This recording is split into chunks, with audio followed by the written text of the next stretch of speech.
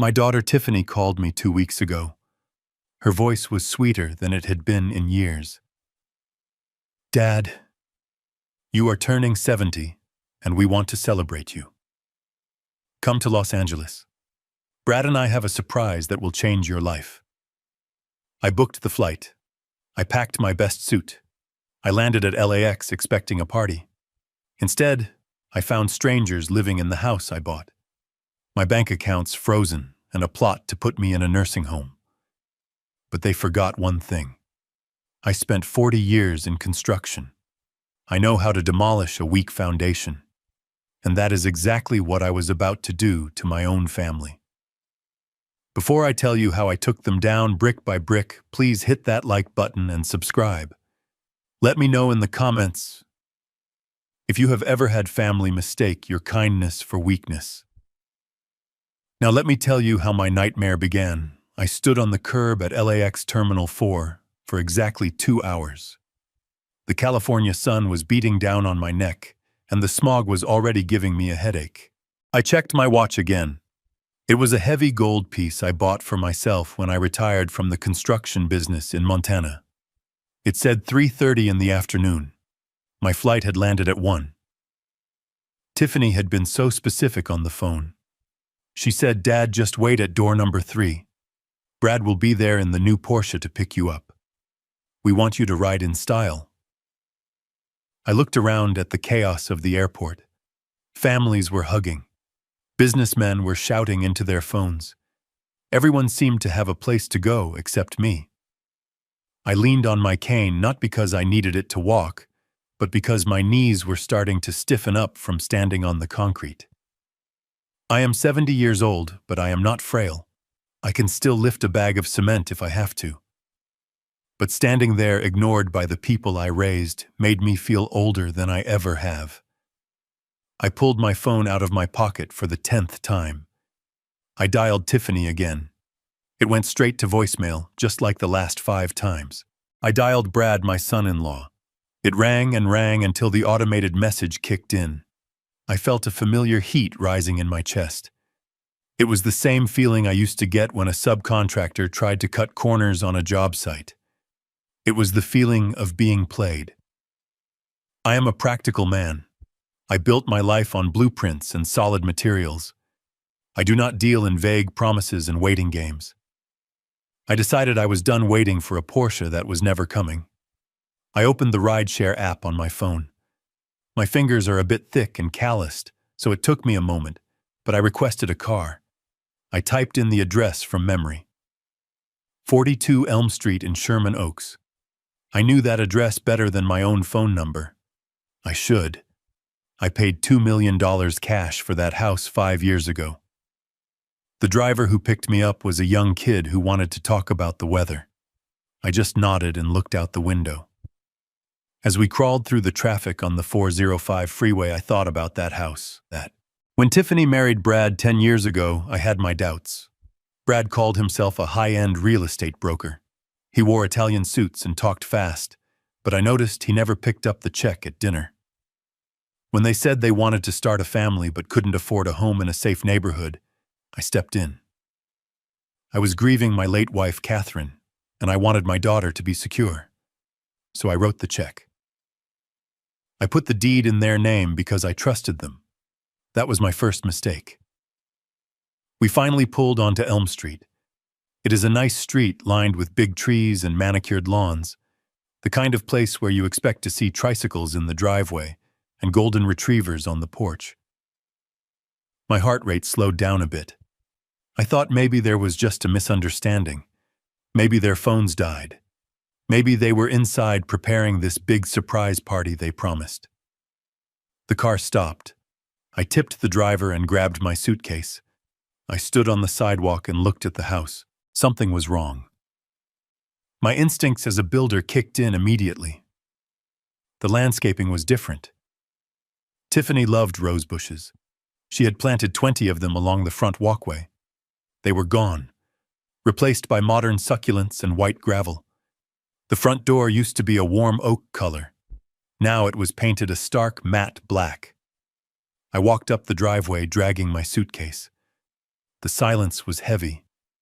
There were no balloons, no banner saying "Happy Birthday, Dad," no Porsche in the driveway, just an unfamiliar gray sedan parked near the garage. I stepped up to the front porch. I reached for the keypad on the electronic lock. I knew the code. It was 1953, my birth year. I punched it in. The lock beeped red. I frowned. Maybe I mistyped it. My hands were shaking a little bit from the travel and the skipped lunch. I took a deep breath and typed it in again slowly. 1953. Beep, red light.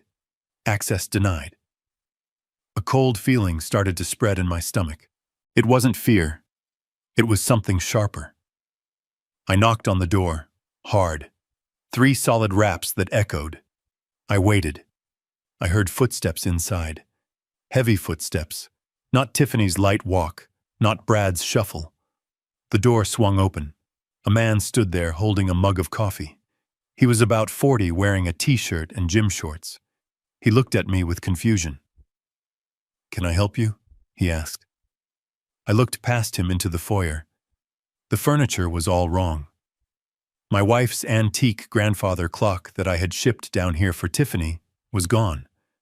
The walls were painted a different color. "I am Thomas Whitman," I said, keeping my voice steady. "I am looking for my daughter Tiffany. She lives here." The man took a sip of his coffee and shook his head. "I think you have the wrong house, buddy. No Tiffany here." I felt my grip tighten on my cane. "I do not have the wrong house, son. I bought this house. My daughter and her husband Brad have lived here for 5 years. Is this some kind of joke? Is the party in the back?" The man's expression changed from confusion to annoyance. "Look, I don't know who Brad is. I bought this place through a broker. We closed 3 days ago. I have been moving boxes all morning. The world seemed to tilt on its axis. Bought it. Closed 3 days ago. That is impossible," I said, but my voice sounded weak even to my own ears. "It is not impossible," the man said, stepping back to close the door. "I have the deed on my kitchen counter. Now please get off my porch or I am going to call the cops. I don't want any trouble with confused seniors today." The door slammed shut in my face. The sound was final, like a judge's gavel. I stood there staring at the black paint. My reflection stared back at me. A 70-year-old man in a suit standing on a porch he paid for being told to leave by a stranger. They sold it. They sold the house I gave them.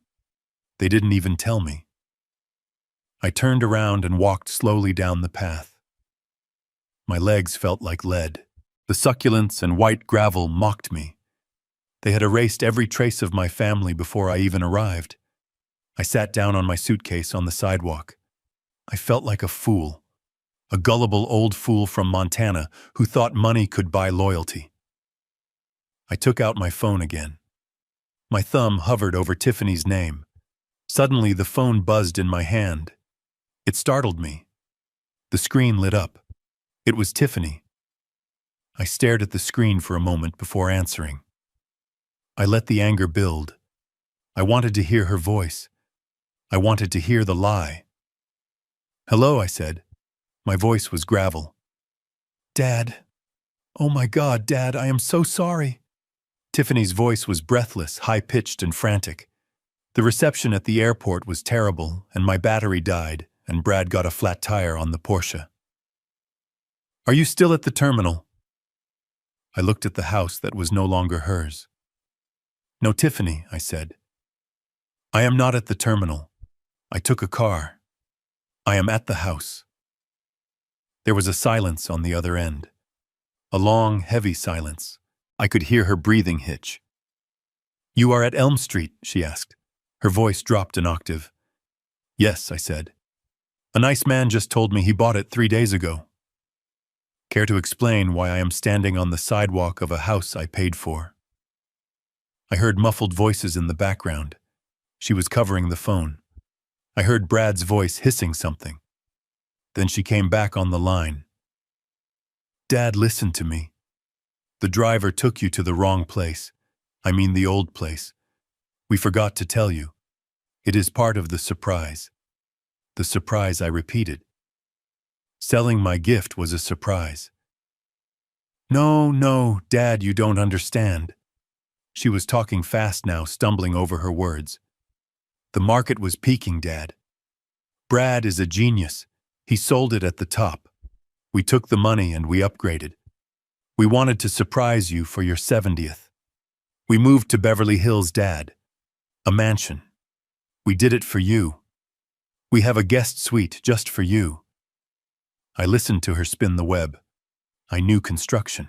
I knew when a structure was sound, and I knew when someone was painting over a crack in the foundation. This was a crack, a massive one. So you moved to Beverly Hills, I asked. My tone was flat. Yes, Dad.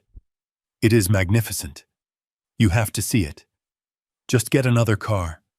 I will text you the address right now. Please, Dad, don't be mad. We just wanted to give you the lifestyle you deserve. Come to the new house, the party is waiting. She hung up. A second later, a text message popped up with an address on Mulholland Drive. I looked at the address. Then I looked back at the house on Elm Street. The stranger was watching me from the window, probably making sure I didn't steal a rock from the garden. I knew right then that Tiffany was lying. Not about the address, but about the reason. You don't sell a paid-off home to rent a mansion unless you are in trouble, or unless you are greedy. But I wasn't going to run back to Montana. Not yet. I wanted to see this mansion. I wanted to see Brad's face when I walked in. I wanted to see how deep this rot went. I stood up and gripped my cane. My knuckles were white. I felt a surge of adrenaline that I hadn't felt since my days overseeing high-rise pours in freezing weather. I requested another ride. I am coming for my surprise, Tiffany, I whispered to the empty street. But I don't think you are going to like the surprise I have for you.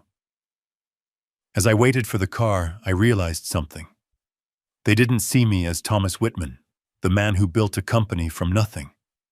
They saw me as an ATM that was nearing its expiration date. They thought I was old. They thought I was slow. They were about to find out that concrete gets harder with time. I stepped out of the Uber and stared up at the glass and steel monstrosity perched on the edge of the hill.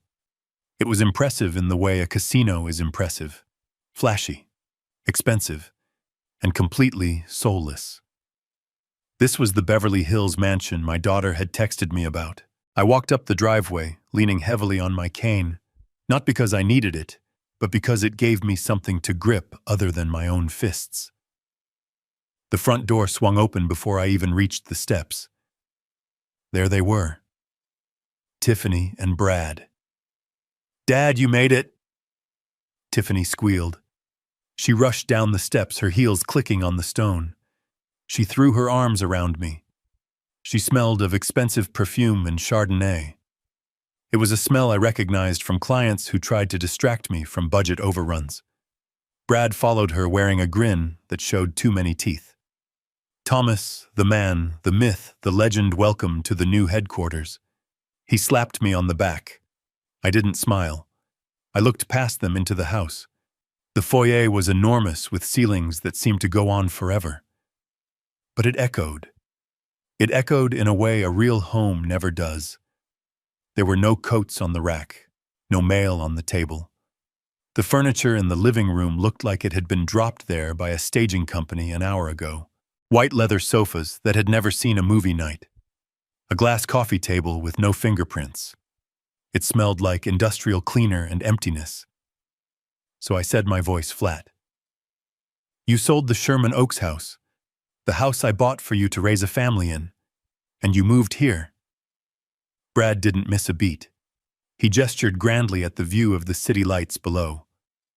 Optimizing assets. Thomas, that is the name of the game. We realized we were sitting on dead equity in Sherman Oaks, so we liquidated. We pivoted. Pivoted, I repeated. Exactly, Brad said, guiding me inside. I am not just doing real estate anymore, Thomas. I am into tech now. AI. Artificial intelligence. It is the future. We took the capital from the house and injected it into a ground floor opportunity. A startup. We are talking unicorn potential here. Billions, Thomas. We wanted to double your investment for you. This house.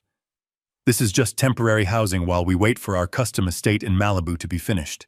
I looked at him. I really looked at him. I spent 40 years in construction hiring and firing subcontractors. I know how to spot a man who is living on borrowed time. Brad was wearing a suit that probably cost $3,000. It fit him perfectly. But then I looked down at his feet. He was wearing Gucci loafers, the kind with the gold bit across the top. But the leather at the toes was scuffed deep, and the heels were worn down at an angle. A man with billions in his future buys new shoes.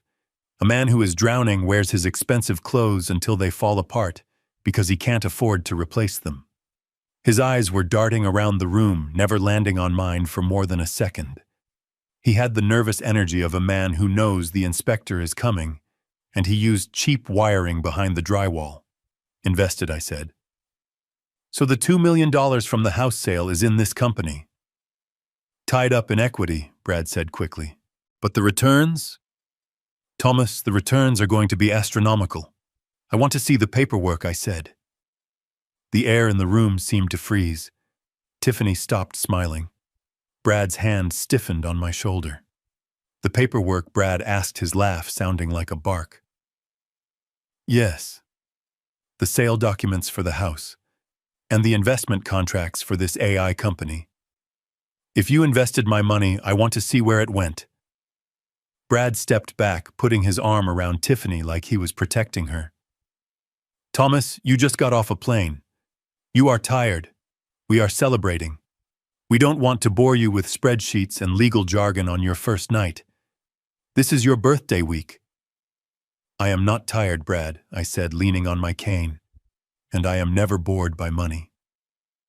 Show me the papers.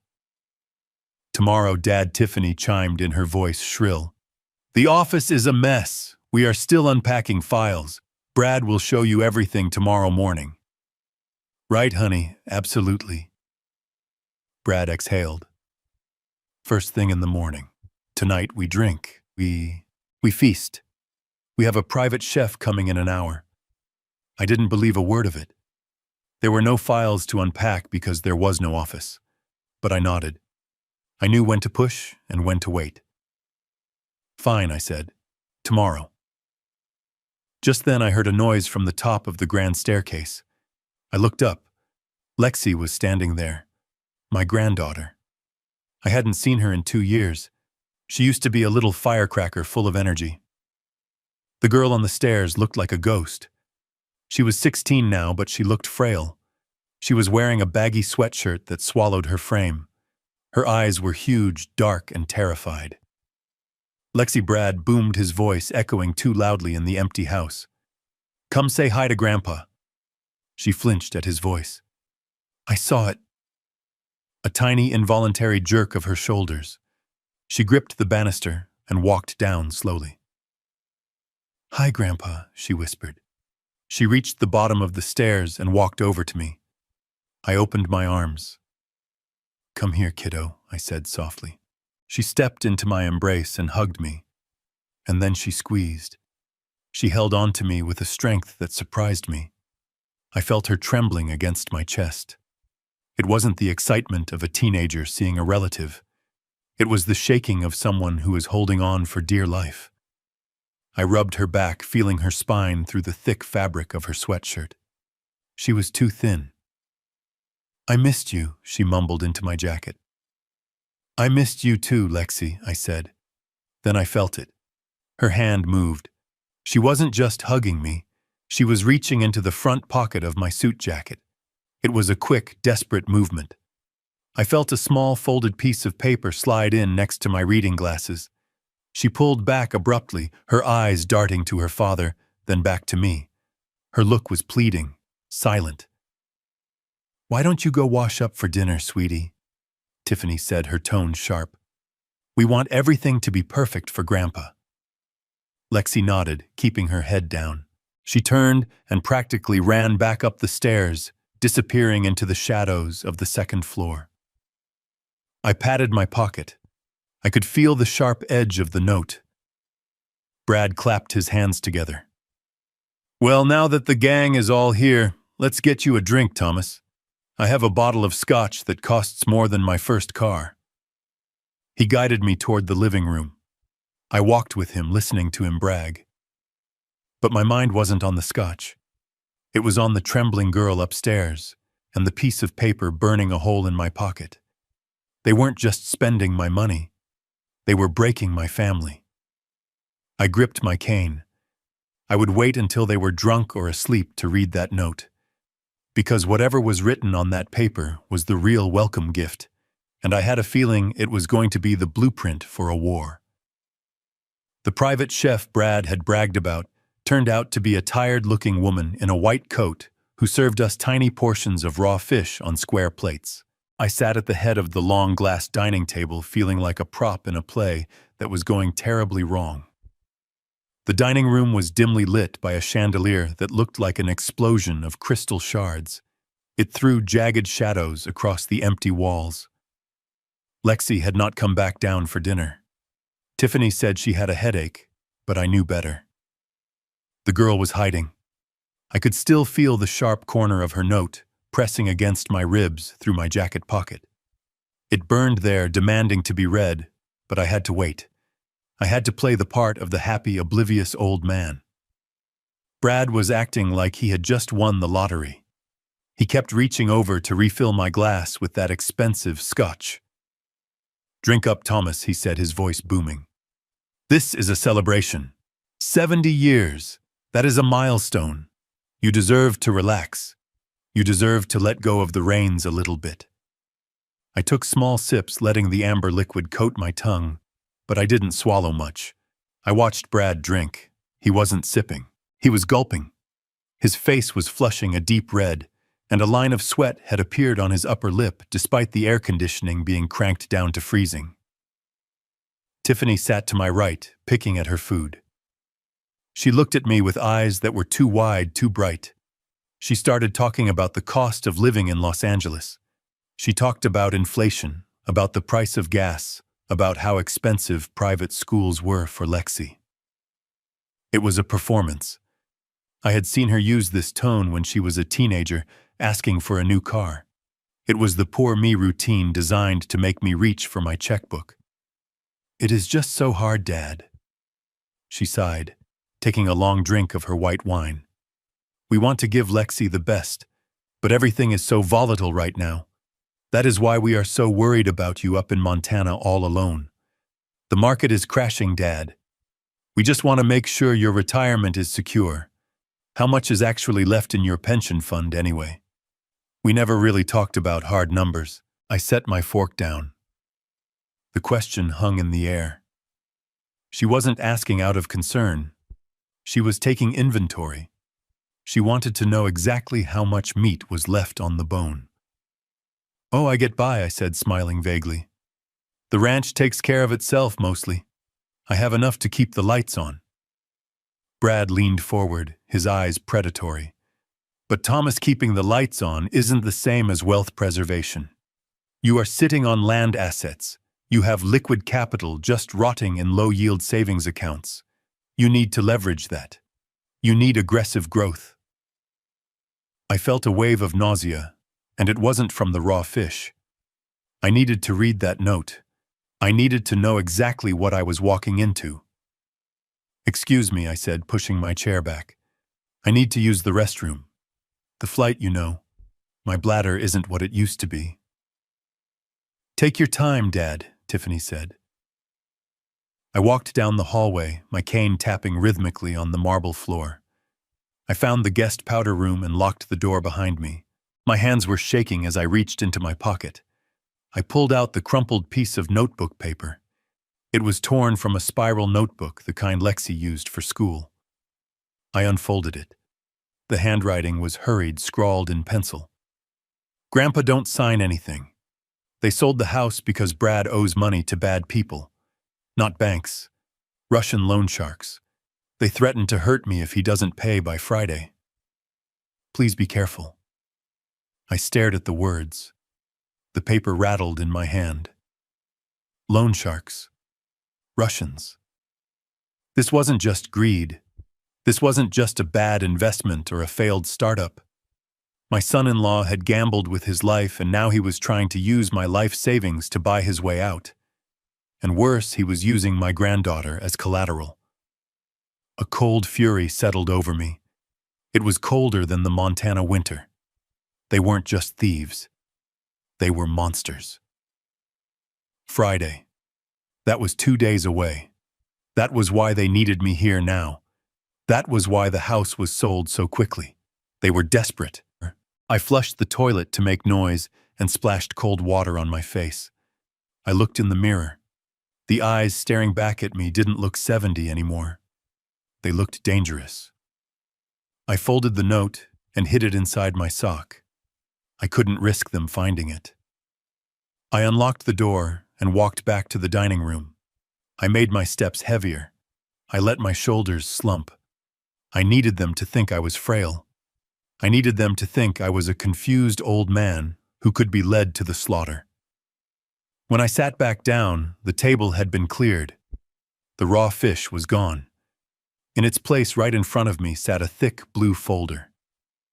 "What is this?" I asked, pointing at the folder with a trembling finger. Brad smiled, but his eyes were dead. "Just some paperwork, Thomas. Boring administrative stuff. Since you are traveling and staying with us, we wanted to make sure you were covered. It is just a temporary travel health insurance policy and a standard liability waiver for the property. You know how California laws are. If you trip on a rug, we don't want the insurance company to sue us." He uncapped a heavy gold pen and placed it on top of the folder. "Just sign at the tabs.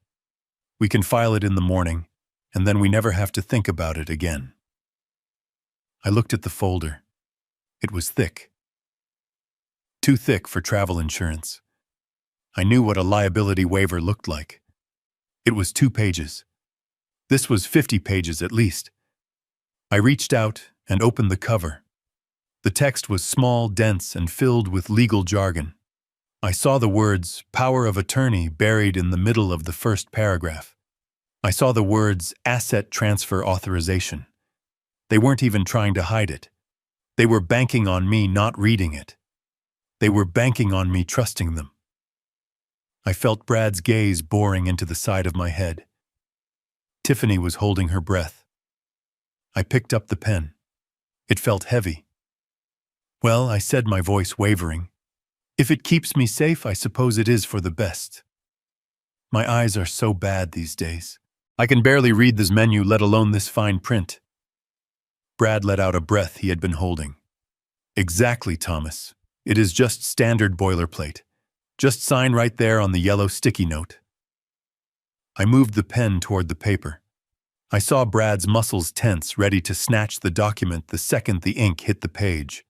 I reached for my wine glass with my left hand, pretending to steady myself. I made sure my grip was loose. As my hand crossed over the open folder, I let my wrist jerk. The glass tipped. Red wine, heavy and dark, splashed across the documents. It soaked into the white paper, turning it a deep blood red. The liquid pooled on the table and dripped onto the expensive rug. "Oh no," I cried, dropping the pen. "Oh Lord, look at what I have done! I am so clumsy!" Brad shouted. He actually shouted. "No!" He scrambled to grab the folder, but it was too late. The ink was running. The pages were sodden. The signature line was a purple blur. Dad, Tiffany gasped, standing up. That was expensive wine. I pulled a napkin from my lap and started dabbing ineffectually at the mess, making it worse, tearing the wet paper. "I am so sorry. I just wanted a sip. My hand just slipped. I am getting so old." Brad snatched the soggy mess away from me. His face was a mask of pure, unadulterated rage. For a second, I thought he was going to hit me. I gripped my cane under the table, ready to strike his kneecap if he moved. But he stopped himself. He took a deep, shuddering breath. He looked at the ruined document, then at me. "It is okay, Thomas," he said through gritted teeth. "Accidents happen. It is just paper." He threw the wet folder onto the floor with a wet slap. "We will just print another copy," he said, his voice tight. "We can do it in the morning." I yawned, a big, exaggerated yawn.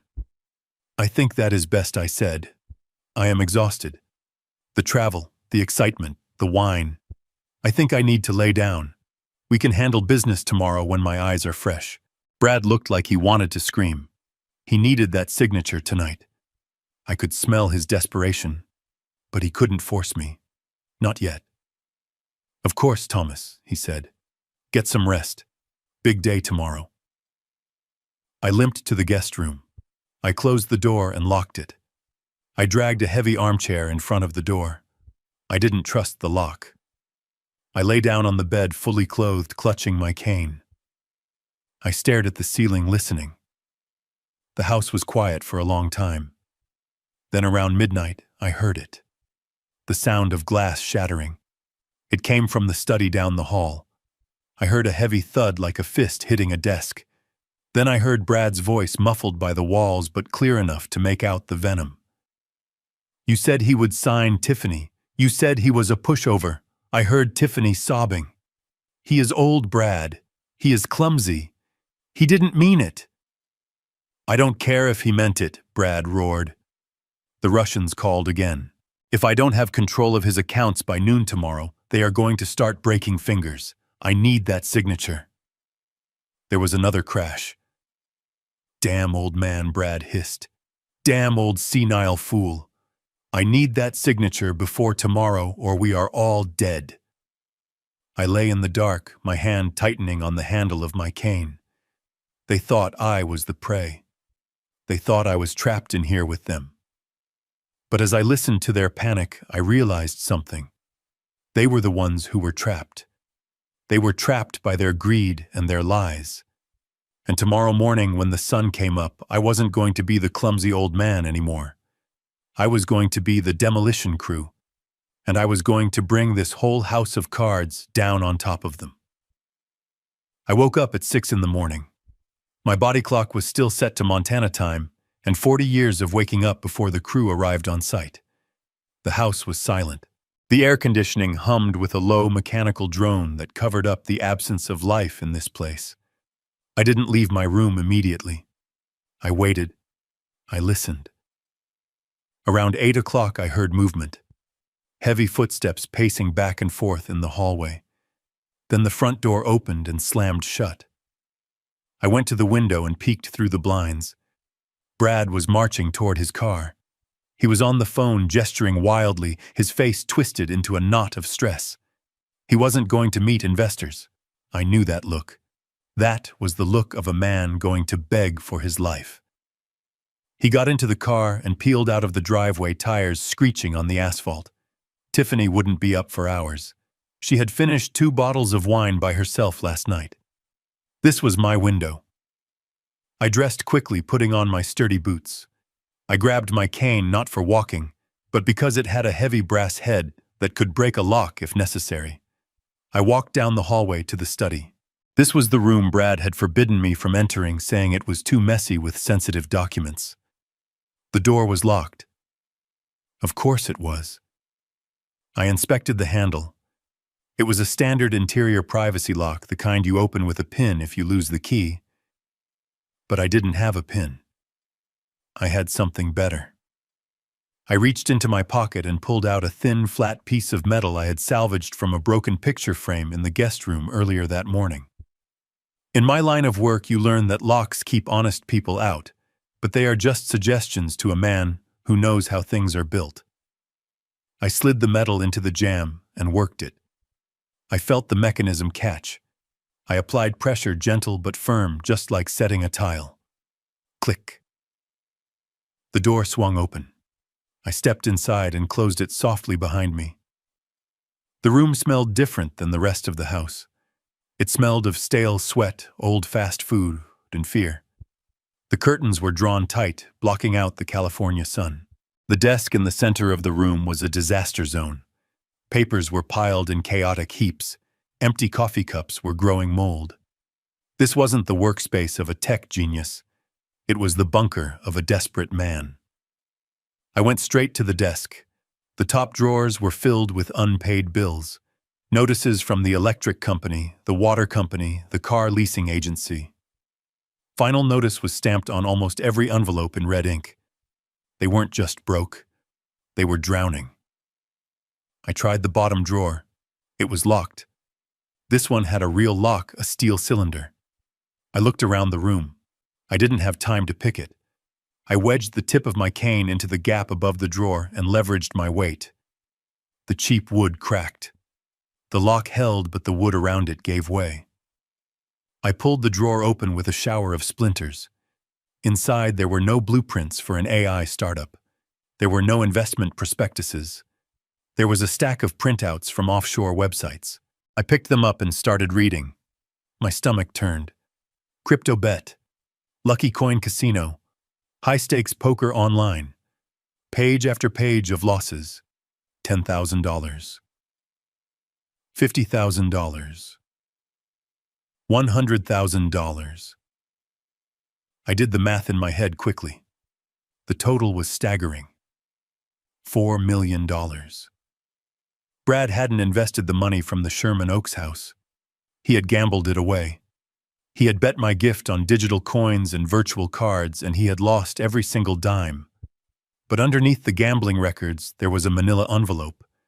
It looked official, thick and heavy. It was labeled confidential. I opened the clasp and slid the contents out onto the desk. The first page was a medical evaluation. I saw my name at the top. Thomas J. Whitman. Date of birth, March 12, 1953. I scanned the document. It was a cognitive assessment. It detailed a series of tests I had never taken. It described symptoms I did not have: confusion, aggression, memory loss, inability to recognize family members. At the bottom of the page was a diagnosis in bold letters: early onset dementia. Stage 2. Patient lacks capacity to make financial or medical decisions. It was signed by a Dr. Eris Thorne. I had never met a Dr. Thorne. I had never been to his clinic. I looked at the date on the report. It was dated 2 weeks ago. 2 weeks ago, I was in Montana fixing a fence on the north pasture. I wasn't even in the state of California. My hands started to shake, not from age, but from a cold, white-hot rage. This was forgery. This was fraud.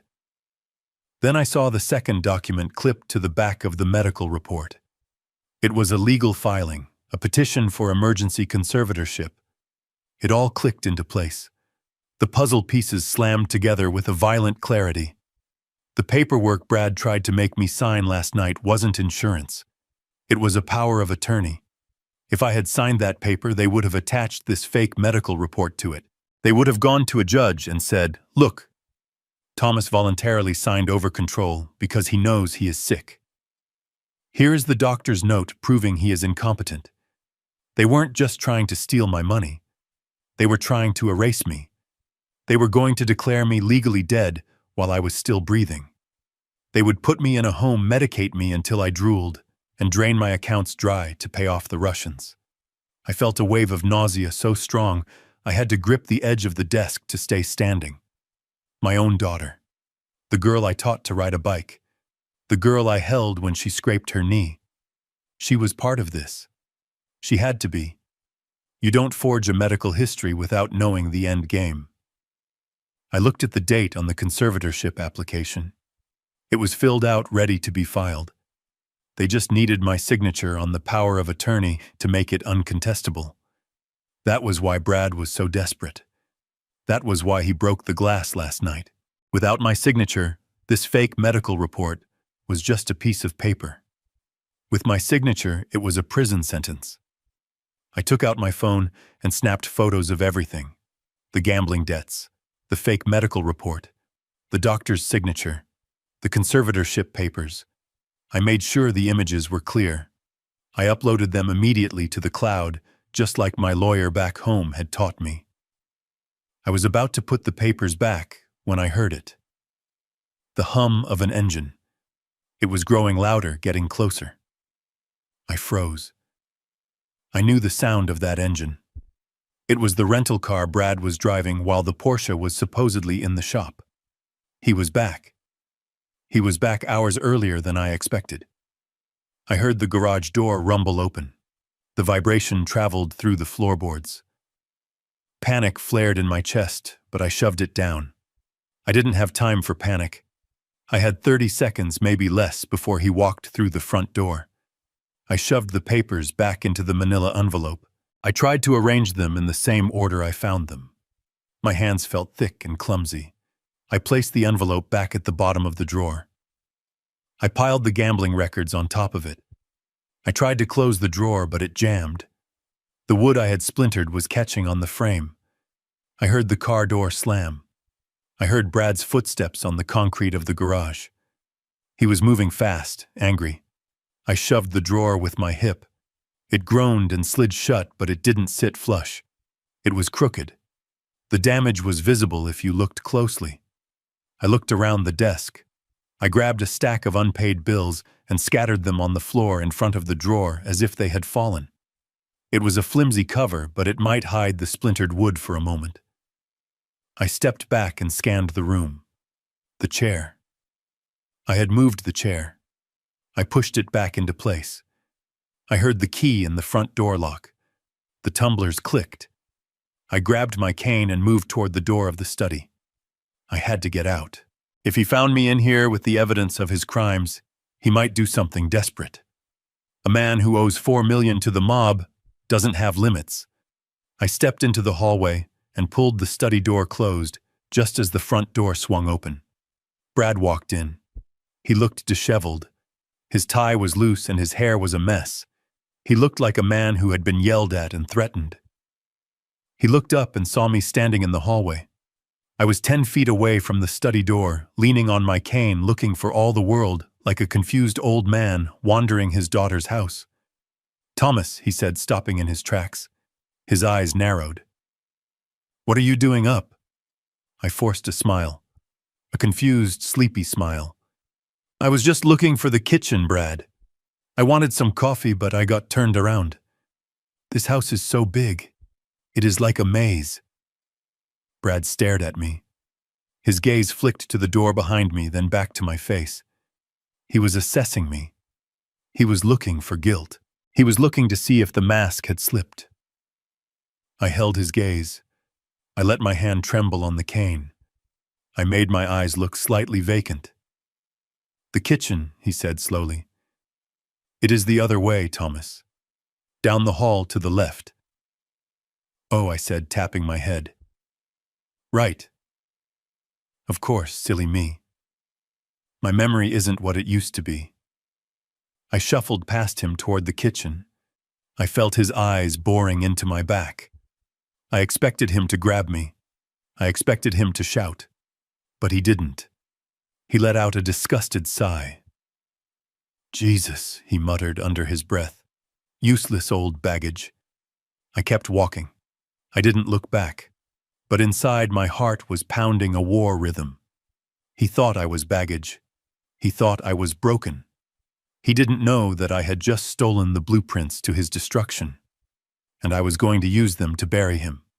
I walked out of the kitchen with my cup of lukewarm coffee and shuffled toward the back patio door. Brad was still in the hallway, muttering to himself about baggage, but he didn't stop me. "I needed air," I told him. "Just a little fresh air for my old lungs." He waved a dismissive hand without looking up from his phone. I stepped out into the California sunshine. The heat was immediate and dry. I walked past the empty swimming pool that was filled with dead leaves. I walked down the long driveway, my cane clicking against the pavement. I didn't look back. I kept my head down and my pace slow until I turned the corner onto the main road. Once I was out of sight of the house, my posture changed. I straightened my back. I lengthened my stride. I walked with the purpose of a man who has a job site to inspect. I walked for 6 blocks until I found a strip mall with a convenience store. I went inside and bought a cheap prepaid phone and a card with 60 minutes of airtime. I paid cash. The clerk was a bored teenager who didn't even look at my face. That was good. I wanted to be invisible. I took the phone to a small park across the street. I sat on a bench near a playground, where a few mothers were pushing swings. I looked at the plastic phone in my hands. It felt light and cheap compared to the heavy machinery I used to operate, but right now, this piece of plastic was my most important tool. I dialed a number I knew by heart.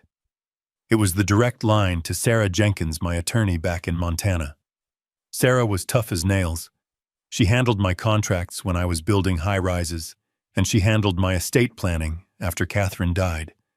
She was the only person in the world, besides Lexi, that I trusted completely. She answered on the first ring. Sarah Jenkins. Sarah, it is Tom, I said, keeping my voice low. There was a pause. Tom. Thank God. I have been trying to reach you on your cell for 2 hours, but it goes straight to voicemail. Where are you? Are you safe? I am in Los Angeles, I said. I am safe for the moment. But I am in a hornet's nest, Sarah. Brad and Tiffany. They are trying to bury me. I know, she said. Her voice was sharp, clipping the words. That is why I was calling you. Tom, we have a situation, a code red situation. My stomach tightened. What happened? At 9 a.m. this morning, a lawyer from a firm in Los Angeles contacted the First National Bank in Helena. They presented an emergency court order. They were trying to access your safety deposit box and your primary investment accounts. I closed my eyes. They moved faster than I thought. Did they get in? I asked. No, Sarah said. The bank manager is old school. He knows you. He flagged the request because the signature on the authorization form looked shaky. He called me immediately. Tom, they are claiming you are incapacitated. The paperwork they sent. It claims you are under an emergency medical conservatorship pending a final hearing. They cited a diagnosis of advanced dementia. I gripped the phone. I found the papers, Sarah. I found the fake medical report in Brad's desk this morning. They forged it. A doctor named Thorne signed it. Okay, Sarah said, her voice shifting into battle mode. That is good. If you have proof of the forgery, we can fight this. But Tom, listen to me carefully. A conservatorship in California is powerful. If they find a judge who is friendly to their lawyer, or if they pay someone off, they can freeze your assets across state lines before we can prove the fraud. Once they freeze the accounts, you won't be able to access a dime to pay for your legal defense. They will starve you out. I watched a little girl go down the slide, laughing. It was such an innocent sound compared to the conversation I was having. So what do we do, Sarah? I am listening. We have to go nuclear, she said. We have to activate Plan B. Plan B. We had discussed it once years ago, right after Catherine passed. It was the scorching earth option. The option designed to protect the family legacy from exactly this kind of predator. You mean the trust? I asked. Yes, Sarah said. The irrevocable trust. We move everything. The land, the ranch, the pension fund, the cash reserves. We transfer legal ownership of every single asset from Thomas Whitman to the Whitman Family Trust. We name a third-party beneficiary. You won't own the money anymore, Tom. The trust will. And since you won't own it, they can't take it from you, even if they declare you the maddest man in America. Do it, I said. Do it now. I can't do it instantly, Tom. Sarah's voice was tense. I have the papers drafted, but I need to file the deeds with the county clerk, and I need to move the funds through the clearinghouse. It takes time. The banks are closing in 3 hours. I can get the process started today, but it won't be finalized until tomorrow afternoon. I need 24 hours, Tom. Can you buy me 24 hours? 24 hours. That meant staying in that house for another night. It meant facing Brad and Tiffany and their lies for another dinner. It meant risking that they might try something physical if they realized their legal route was blocked. I can buy you 24 hours, I said. Tom, you have to be careful, Sarah warned. If they suspect you are making moves, they might try to force you to sign that power of attorney physically. If they get your signature on that document today, they can override my filings before they clear. They tried last night, I said. I spilled wine on the paper. Good, Sarah said. Keep doing that. Stall them. Play the part, Tom. If they think you are sharp, they will be cautious. If they think you are losing your mind, they will get arrogant. Arrogant people make mistakes. Be the old man they think you are. Be confused. Be slow. Forget names. Make them believe the lie so thoroughly that they lower their guard. I understand, I said. I will be the most senile man in Beverly Hills. I will call you on this number as soon as the transfer is locked in, Sarah said. Once it is done, Tom, you will be technically penniless. But you will be safe. And the money will be untouchable. Make it happen, Sarah. Save my granddaughter's future. I hung up. I pulled the battery out of the cheap phone and dropped it into a trash can. Then I snapped the SIM card in half and tossed it into a storm drain. I sat on the bench for a few more minutes, breathing in the smoggy air. I had to get back into character. I let my shoulders slump forward. I relaxed the muscles in my face, letting my mouth hang slightly open. I loosened my grip on the cane so my hand would look weak. I stood up. My knees popped. That part wasn't acting. I shuffled back toward the house. The walk back felt longer. Every step was heavy with the knowledge of what I had to do. I had to look into the eyes of my daughter, the child I had rocked to sleep, and I had to pretend I didn't know she was holding a knife to my back. I reached the driveway of the mansion. The gray sedan was back. Brad was home. I walked up the steps and punched in the code. I opened the door. The house was quiet again. Too quiet. I am back, I called out, letting my voice crack a little. Anyone home? No answer. I walked toward the kitchen. Empty. I walked toward the living room. Empty. I started to head toward the guest room to rest my legs. As I approached the door, I heard a sound. It was the distinct sound of a zipper being pulled. The door to my room was slightly ajar. I pushed it open slowly, my cane silent on the carpet. Tiffany was standing by the bed. She had my suitcase open. She was digging through my clothes. She had pulled out my spare shirts and tossed them on the mattress. She was rifling through the pockets of my trousers. She looked frantic. Her hair was pulled back in a messy bun, and she was muttering to herself. "Where is it?" she hissed. "Where is the damn book?" I stood in the doorway watching her. My own daughter. She wasn't checking to see if I had packed enough warm clothes. She wasn't leaving a chocolate on my pillow. She was tossing my belongings like a common burglar. She was looking for my bank book, the old leather-bound ledger I used to carry everywhere, the one that listed the account numbers and the routing codes. I cleared my throat. Tiffany froze. Her shoulders went up around her ears. She turned around slowly, her face pale. For a second, she looked guilty. But then, just as quickly, the mask slammed back into place. Her eyes filled with fake concern, and she put a hand to her chest. "Dad," she breathed. "You scared me. I didn't hear you come in." I looked at the mess on the bed. I looked at her hands, which were still clutching one of my shirts. "What are you doing, Tiffany?" I asked. My voice was soft, confused. "Why are my clothes out?" She let out a nervous laugh. "Oh, Dad, you know how forgetful you are getting.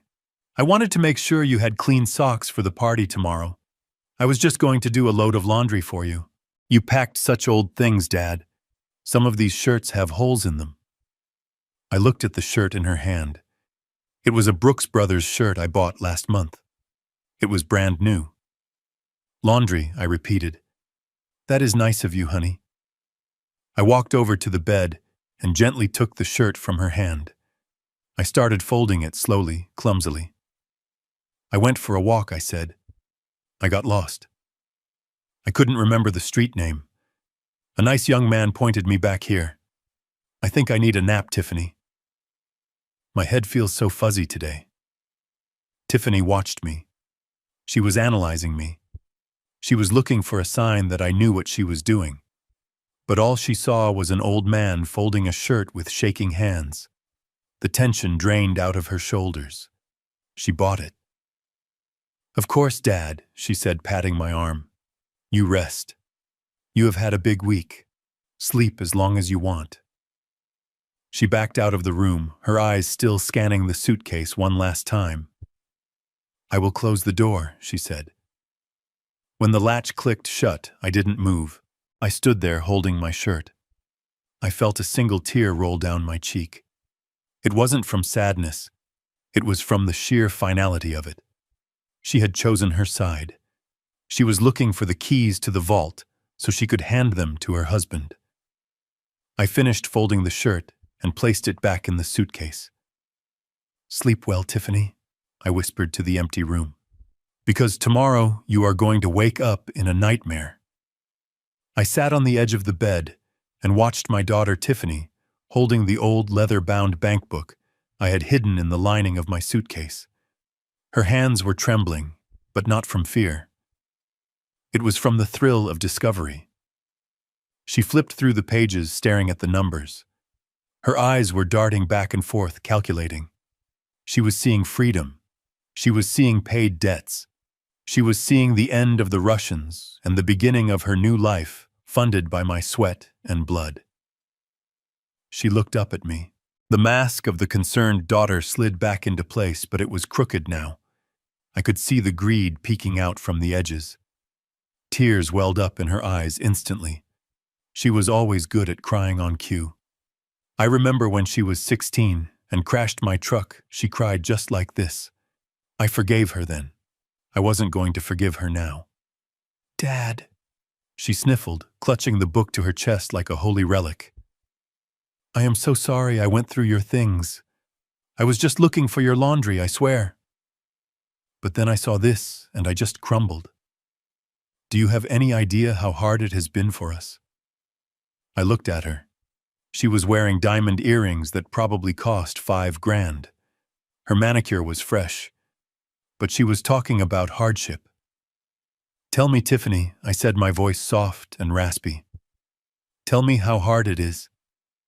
She sat down next to me on the bed. She smelled of expensive wine and desperation.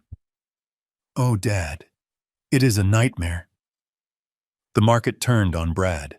He had these amazing deals lined up, and they all fell through because of the economy. It wasn't his fault. He is a visionary dad, but visionaries get punished sometimes. We are in a hole, a deep hole. She reached out and took my hand. Her palm was cold and clammy. "We just need a bridge," she pleaded, squeezing my fingers. "Just a little help to get us over this hump.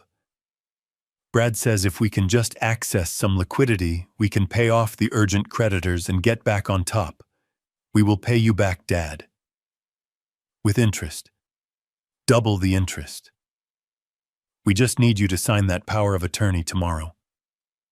Please, Dad. For me. For your little girl."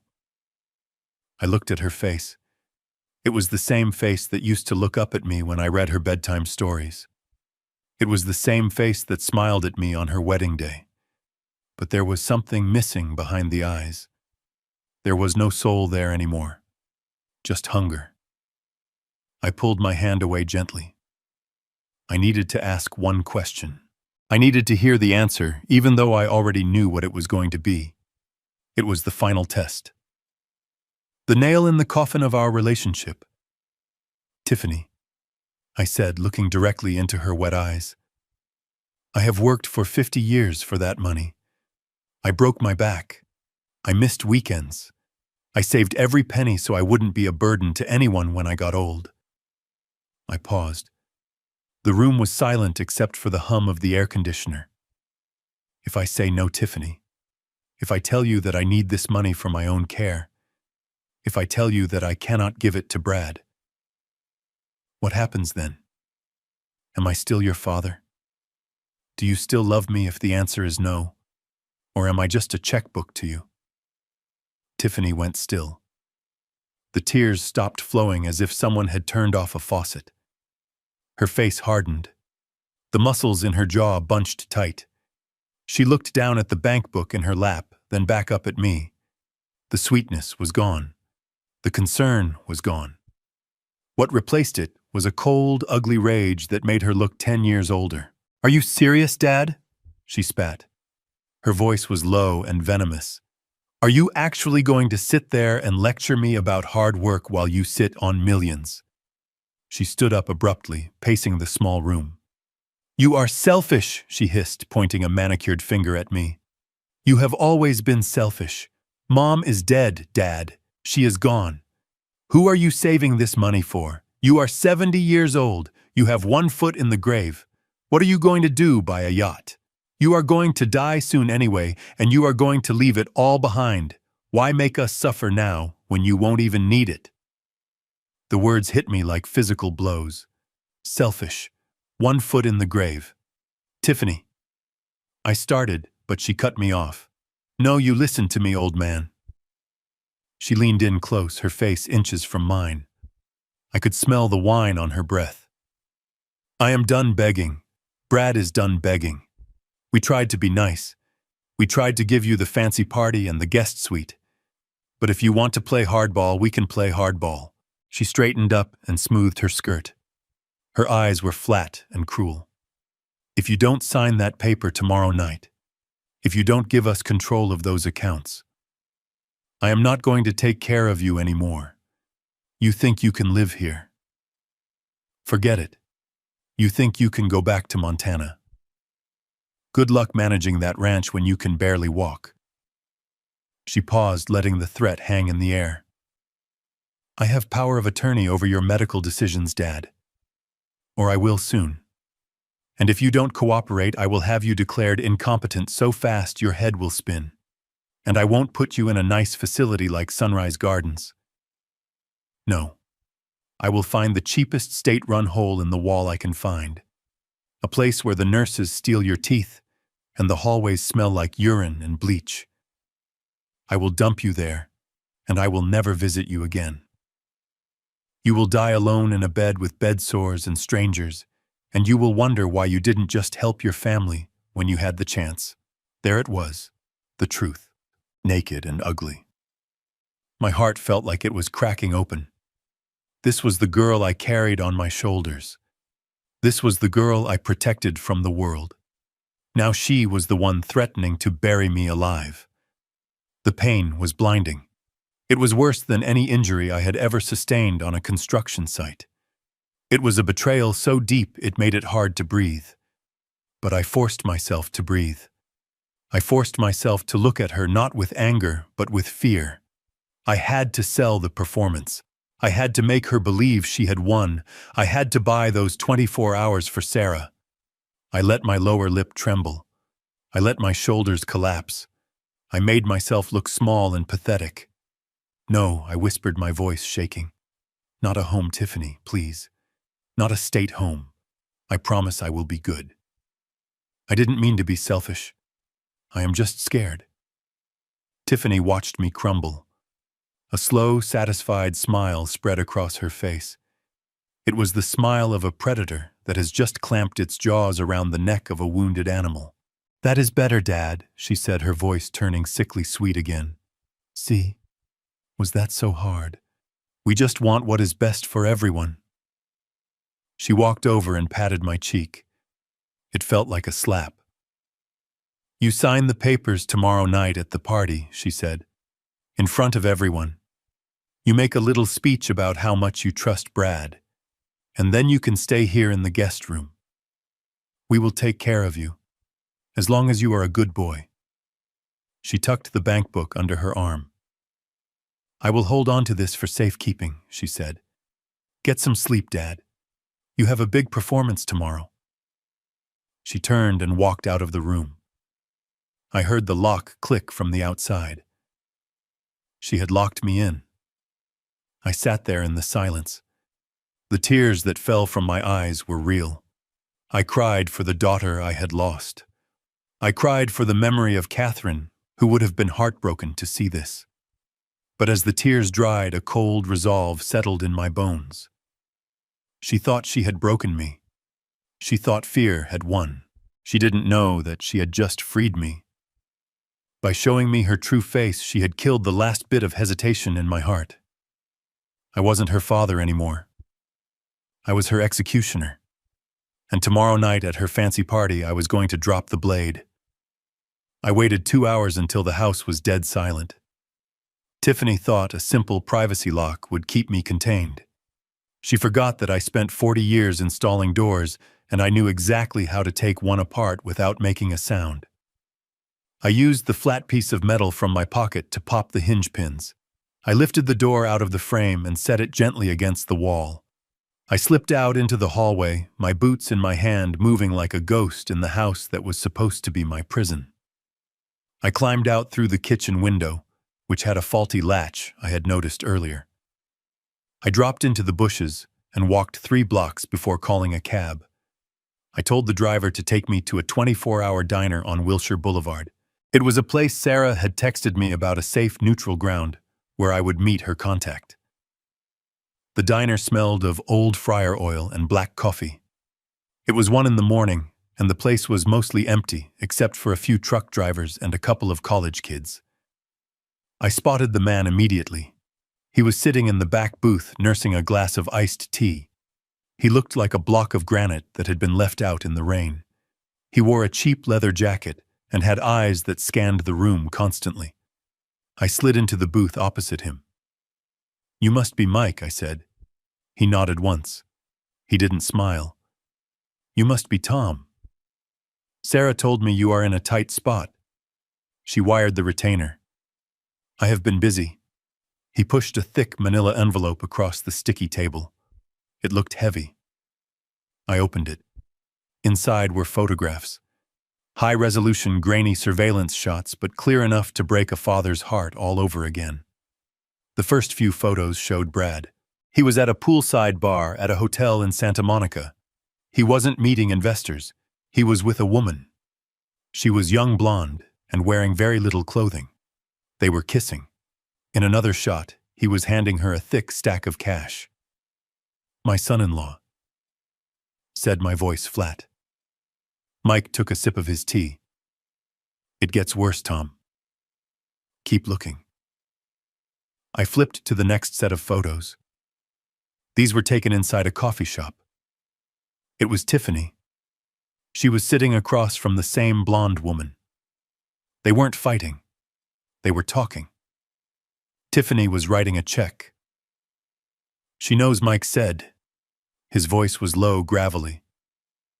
"Your daughter knows about the affair. She pays the mistress to keep quiet. She pays her to keep Brad happy, so Brad keeps chasing the big deals. She thinks if she keeps him happy, he will eventually land the big one, and they will all be rich. She is invested in his scams, Tom. She isn't a victim. She is a partner." I stared at the photo of my daughter. She looked tired but calculated.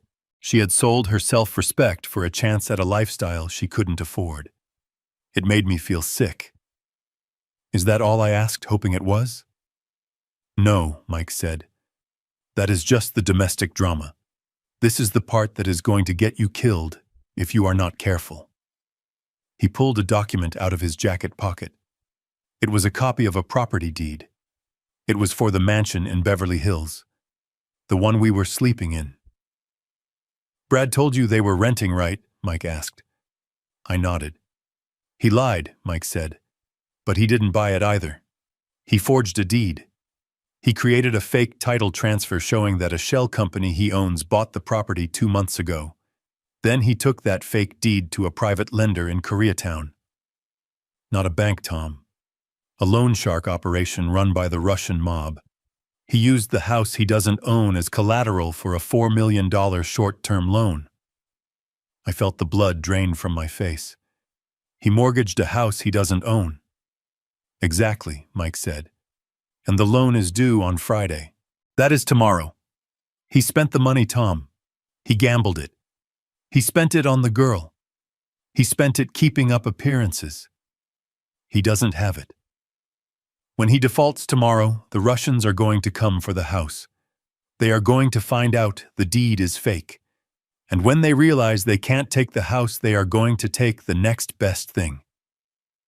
My assets, I whispered. Mike nodded grimly. Brad promised them your money. He showed them your financial records.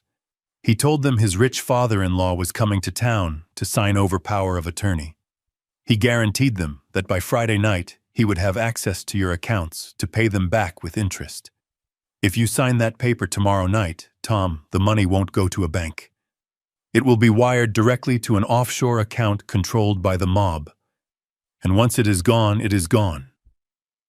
And if I don't sign, I asked. Mike leaned forward. If you don't sign, Brad is a dead man walking. And he knows it. That is why he is desperate. A desperate man is dangerous, Tom. He won't just ask you nicely tomorrow. He is going to push you. He might try to hurt you. He might try to drug you. He needs that signature to save his own skin. I sat back against the vinyl booth. The gravity of it settled on me. This wasn't just a family dispute. I was walking into a hostage situation. So what do we do? I asked. Sarah said you could help. Mike reached into his pocket again. He pulled out a small black case. Inside was a tiny round object no bigger than a dime. This is a wire, Mike said. It transmits audio in real time to a receiver I will have in my car. It has a battery life of 12 hours. I want you to wear this tomorrow night. He picked up the device and showed me the back. It had a small pin. Put it on the underside of your collar or inside your pocket. We need him on tape, Tom. We need him admitting to the forgery, admitting to the debt, admitting to the plan to defraud you. If we get that on tape, we have him. We can put him away for a long time. And we can use it to protect you from the Russians. Even they don't want heat from the FBI. I took the device. It felt light, insignificant.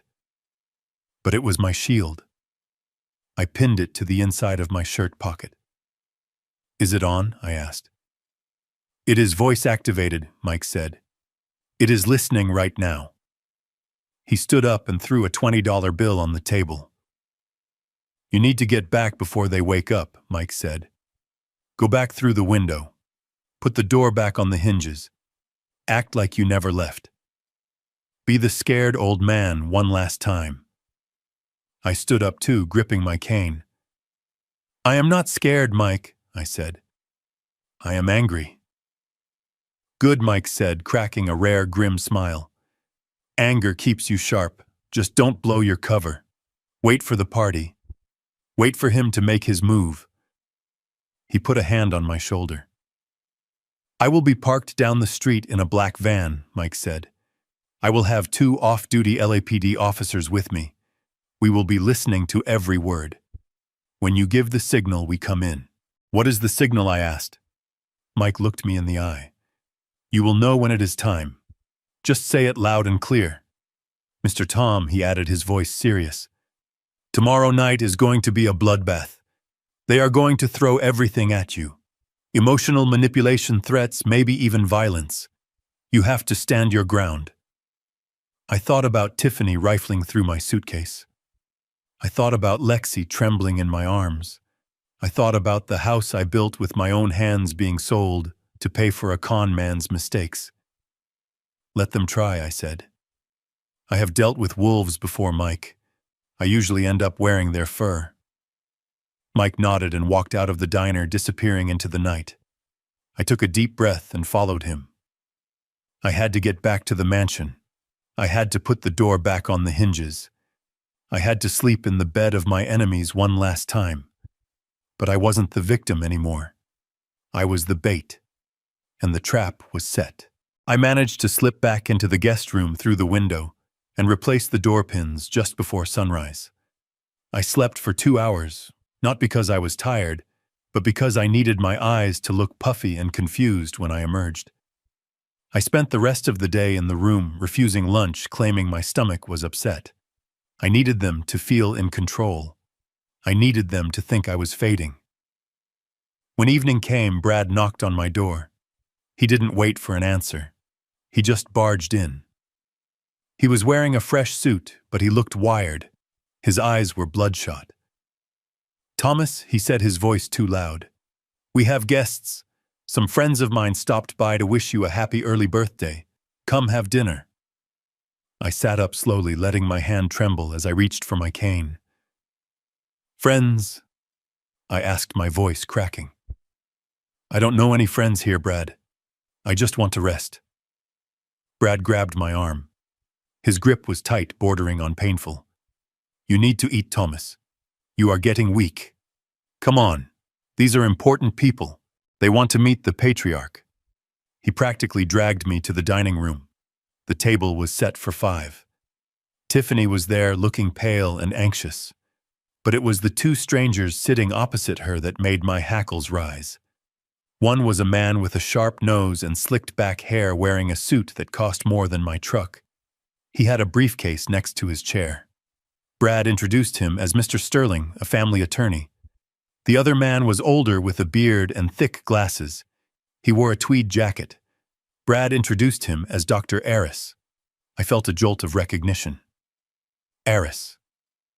Dr. Aris Thorne. This was the man who had signed the fake medical report declaring me incompetent. The forger. The man who had diagnosed me with dementia without ever meeting me. And now, here he was, sitting at my dinner table eating steak. I sat down heavily. I let my mouth hang open slightly. I looked from one face to the other with a vacant expression.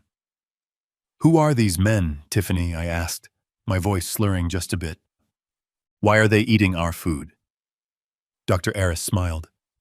It was a condescending smile, the kind you give to a child. "Hello, Thomas. I am a specialist in geriatric health. Brad and Tiffany have been very worried about you. They tell me you have been having episodes, forgetting things, getting lost." "I haven't been getting lost," I muttered, looking down at my plate. "I just took a walk." Mr. Sterling, the lawyer, leaned forward. His voice was smooth like oil. "Mr. Whitman, it is perfectly normal at your age to experience confusion. That is why we are here. To help. Brad tells us you agreed to liquidate the Montana assets yesterday to secure your medical care." I froze. My fork hovered halfway to my mouth. "I never said that," I whispered. "I never said I would sell the ranch. That is for Lexi." Brad laughed. It was a harsh, nervous sound. "Dad, don't you remember? We talked about it right here at this table. You said the ranch was too much work. You said you wanted to sell it and put the money into the trust I managed so you wouldn't have to worry about taxes. You were so clear about it." He was gaslighting me. He was trying to overwrite my reality. He was trying to make me doubt my own mind in front of witnesses he had paid off. "I don't remember that," I said. My hand started to shake violently. I dropped the fork. It clattered against the china. Tiffany sighed. "See? This is what we were talking about, Doctor. He forgets conversations we had 5 minutes ago. Yesterday, he didn't even know where he was. He thought he was in Seattle." I looked at Tiffany. She was lying so easily now. It was second nature to her. Dr. Aris took a pen out of his pocket and clicked it. "Classic symptoms of stage 2 dementia. Confabulation. Memory gaps. Paranoia." "Thomas, look at me. Do you know what year it is?" I looked at him. I wanted to tell him it was the year I was going to send him to federal prison. I wanted to smash his face into his mashed potatoes. But I didn't. I shrank back in my chair. "It is 19, I started, then stopped. It is 2020. Brad shook his head. He missed it by a decade earlier. He thought Carter was president. Mr. Sterling opened his briefcase. "Mr. Whitman, given your condition, It is critical that we legalize the verbal agreement you made yesterday. You need a guardian, Thomas. Someone to make sure you don't lose the ranch to the government or bad management. Brad is willing to take that burden. He slid a document across the table. It wasn't the thick folder from last night. It was a single sheet. A simplified power of attorney. Just sign here, Thomas Sterling said, tapping the paper. It just says you trust Brad to help you. That is all. You trust Brad, don't you? I looked at the paper. Then I looked at Brad. He was leaning over the table, his eyes wide and desperate. He looked like a wolf waiting for the lamb to stumble. I need to sign, I asked, my voice weak. Yes, Dad, Tiffany urged. Just sign it. Then you can go to bed. You look so tired. I picked up the pen. I held it loosely, letting it wobble in my fingers. I lowered the tip to the paper. Brad stopped breathing. Then I stopped. I lifted my head and looked past Brad. I looked directly at Tiffany. I let my eyes unfocus. I let a soft, confused smile spread across my face. Catherine, I whispered. The table went silent. Catherine, is that you, honey? I asked, reaching a trembling hand toward Tiffany. You look so beautiful. Did you change your hair? You look just like you did the day we got married. Tiffany recoiled. Dad, stop. I am Tiffany. Mom is dead. I shook my head, tears welling in my eyes. No, Catherine. Don't say that. We have to go. The baby is crying. Where is Tiffany? Where is our little girl? Brad slammed his hand on the table. He is gone. He is completely gone. Dr. Aris nodded gravely. It is worse than I thought. He is hallucinating. He is living in the past. This man is in no condition to make decisions. If he doesn't sign this voluntary power of attorney tonight, we will have to file for emergency custody tomorrow morning. He is a danger to himself. Brad looked at me with a mixture of disgust and triumph. He is useless, he spat. Look at him. He is drooling. I let a little bit of saliva escape the corner of my mouth. It was the hardest thing I have ever done. It was humiliating. But it sold it. Give me the pen, Brad said, snatching it from my hand. He can't sign. His signature wouldn't hold up if he thinks his dead wife is sitting here. We will do it the hard way. We will use the doctor's testimony at the hearing tomorrow. We will get the court order. He looked at Sterling. Can we get the judge to sign off by noon? Sterling nodded, packing up his briefcase. With Dr. Aris's testimony and this display tonight, absolutely. We will have control of his assets by 1 p.m. The bank will have to unlock the accounts. So, good, Brad said. He stood up. Get him out of here, Tiffany. Put him to bed. I can't look at him. He smells like old age. Tiffany stood up. She looked at me with pity. Not love. Pity, like you look at a dog that needs to be put down. Come on, Dad, she said, taking my arm. Let's go to your room. Mom isn't here. It is just us. I let her lead me away. I shuffled my feet. I muttered Catherine's name a few more times for good measure. As we reached the bottom of the grand staircase, Tiffany let go of my arm. Go up, Dad. I have to say goodbye to the guests. Don't come out. She turned and went back to the dining room. I stood at the bottom of the stairs, gripping the banister. I took a deep breath, letting the fog clear from my eyes. I straightened my back just an inch. Then I saw her. Lexi was sitting at the very top of the stairs, huddled in the shadows. She was wearing her pajamas, hugging her knees to her chest. Her face was wet with tears. She had heard everything. She had heard her father call me useless. She had heard them plotting to strip me of my rights. She had seen her grandfather lose his mind. She looked at me with pure heartbreak. She thought I was gone. She thought she was alone. I looked up at her. I waited until I was sure no one else was watching. I stood up straight. I lifted my chin, and then I winked. It wasn't a twitch. It was a deliberate, exaggerated wink. The same wink I used to give her when I snuck her extra candy when her mother wasn't looking. The wink that meant I have a secret plan. The wink that meant Grandpa is in charge. Lexi froze. Her mouth opened slightly. She rubbed her eyes and looked again. I smiled. A real, sharp smile. I tapped the side of my nose with my index finger. Another signal. Watch and learn. Her tears stopped instantly. Her eyes went wide. She understood. The realization washed over her face. I wasn't senile. I wasn't broken. I was hunting. A small, fierce smile appeared on her face. She nodded once, imperceptibly. I turned and climbed the stairs, my steps silent and steady. I walked past her and whispered one word. Tomorrow. I went into my room and closed the door. This time I didn't barricade it. I didn't need to. They thought I was harmless.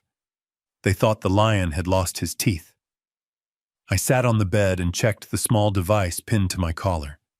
It was humming warmly against my chest. It had recorded everything. The doctor's false diagnosis, the lawyer's conspiracy, Brad's admission of manipulation. I had them. I had them all. Now I just needed to survive the night. And tomorrow at the party of the century, Thomas Whitman was going to rise from the dead.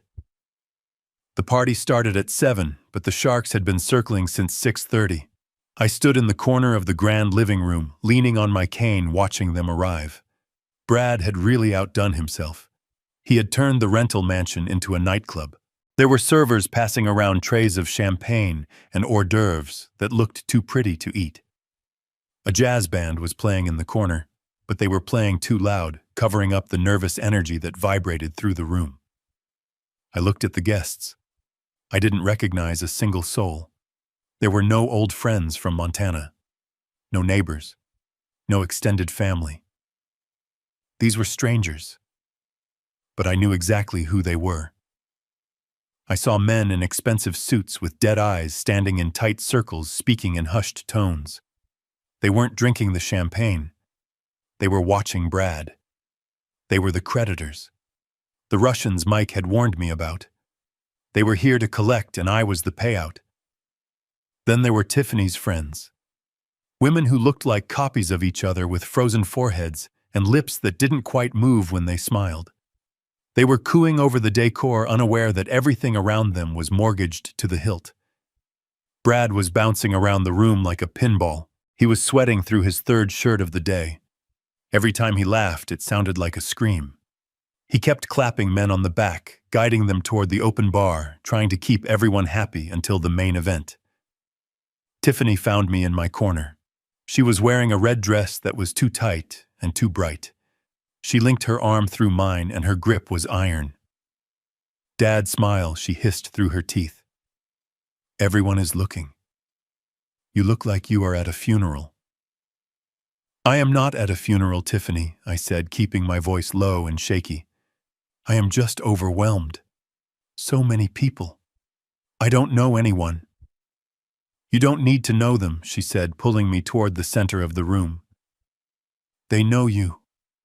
Or they know of you. They know you are the man who is about to launch Brad's empire. Just nod and smile, Dad.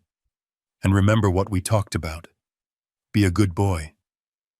She led me to a large chair set up in front of a projection screen. It looked like a throne. Or an electric chair. "Sit here," she commanded. I sat. The lights dimmed. The jazz band stopped playing. A spotlight hit Brad, who was standing by the screen holding a microphone. His hand was shaking so bad the mic was vibrating against his ring. "Welcome, everyone," he bellowed, his voice cracking slightly. "Thank you for coming to celebrate a very special man, my father-in-law, the patriarch, Thomas Whitman." There was polite applause. The Russians in the back didn't clap. They just crossed their arms. Brad clicked a remote and a photo appeared on the screen. It was me 40 years ago, standing on a steel beam high above the Montana skyline. I looked strong. I looked happy. Thomas built a legacy with his bare hands, Brad said. He worked hard. Too hard. He gave everything to his business. But time catches up with all of us. He clicked the remote again. The next photo was recent. It was a picture Tiffany had taken of me sleeping in a chair at the ranch a few months ago. My mouth was open. I looked frail, I looked old. It was a cheap shot. It was a manipulated contrast, designed to paint a narrative of decline. We all know that there comes a time when the warrior needs to rest. Brad continued, his voice dripping with fake sympathy. A time when the burden of leadership becomes too heavy. Thomas has told us privately how tired he is, how confused the modern world makes him feel. He told us he just wants to sit on a porch and watch the sunset without worrying about tax codes and property management. I gripped my cane. I had never said that. I handled my own taxes. I managed 3 properties. But to these people, I was just a senile old man who needed saving. Brad walked over to me. He put a hand on my shoulder. It felt heavy and wet. That is why tonight is not just a birthday party, Brad announced. It is a transition. It is a passing of the torch. Thomas has decided to give himself the greatest gift of all, the gift of freedom. He signaled to the back of the room. 2 servers pushed out a massive cart. On it was a cake the size of a tire frosted in gold and black. It was ridiculous. But next to the cake, sitting on a velvet cloth, was a leather folder and a gold pen. The same folder from last night. The one I had ruined with wine. He had printed a fresh copy. The room went silent. The tension was thick enough to choke on. The Russians leaned forward. This was the moment they had been waiting for. This was the collateral. Brad picked up the folder. He didn't hand it to me. He held it open, displaying the signature page to the room. Ladies and gentlemen, Brad said, his voice trembling with manic energy. Tonight, Thomas is officially signing over the management of the Whitman estate to his family. He is trusting us to protect his legacy so he can finally rest. He thrust the folder into my lap. He jammed the gold pen into my hand. Sign it, Thomas. He whispered, his lips barely moving. Do it now. Look at the back of the room, I looked. Near the kitchen door, standing next to a large man in a black suit, was Lexi. The man had a hand on her shoulder. It looked casual to anyone else, but I saw the pressure of his fingers. He was holding her. It was a threat. Plain and simple. Sign or the girl gets it. I looked at Brad. He was sweating profusely now. His eyes were wide, pleading, and terrifying. He was terrified of the men in the back, but he was willing to sacrifice his own daughter to save himself. Sign it, Dad, Tiffany said loudly for the crowd to hear. We love you. Let us take care of you. The guests were watching. 50 pairs of eyes. They were waiting for the touching moment. The senile old man handing over the keys to the kingdom. I looked down at the paper. The letters were crisp and black. Power of attorney. Full asset transfer. My hand shook. I let the pen hover over the line. I heard Brad let out a small whimper of anticipation. I looked at the crowd. I looked at the Russians. I looked at the man holding my granddaughter. Then I looked at Lexi. She wasn't crying anymore. She was watching me. Her chin was up. She remembered the wink. She was waiting for the signal. I took a deep breath. I let my hand drop not to the paper but to my side. I slowly stood up. I used the cane to push myself upright. I stood straight. I didn't slump. I didn't shake. I looked Brad right in the eye. He frowned. Dad, sit down. Just sign it. I ignored him. I turned to the crowd. I raised the gold pen in the air like a weapon. My son-in-law says I am tired, I said. My voice was strong. It projected to the back of the room without a microphone. It was the voice I used to direct cranes and cement trucks. It was the voice of a man who built skyscrapers. He says I am confused. He says I want to rest. I paused. I saw the confusion ripple through the crowd. The Russians uncrossed their arms. But I am not tired, I roared. And I am certainly not confused. Brad lunged for me. Thomas, stop, he hissed.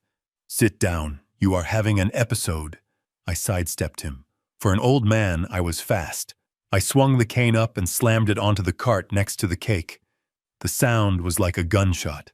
Frosting flew everywhere. I am not having an episode, Brad, I shouted. I am having a moment of clarity. I reached into my pocket and pulled out the small device Mike had given me. I held it up. You want a speech, I said. You want to know about the Whitman legacy. Let's hear what you really think about my legacy. I pressed the play button. The speakers that had been playing jazz suddenly crackled, and then Brad's voice, loud and clear, boomed through the Beverly Hills mansion.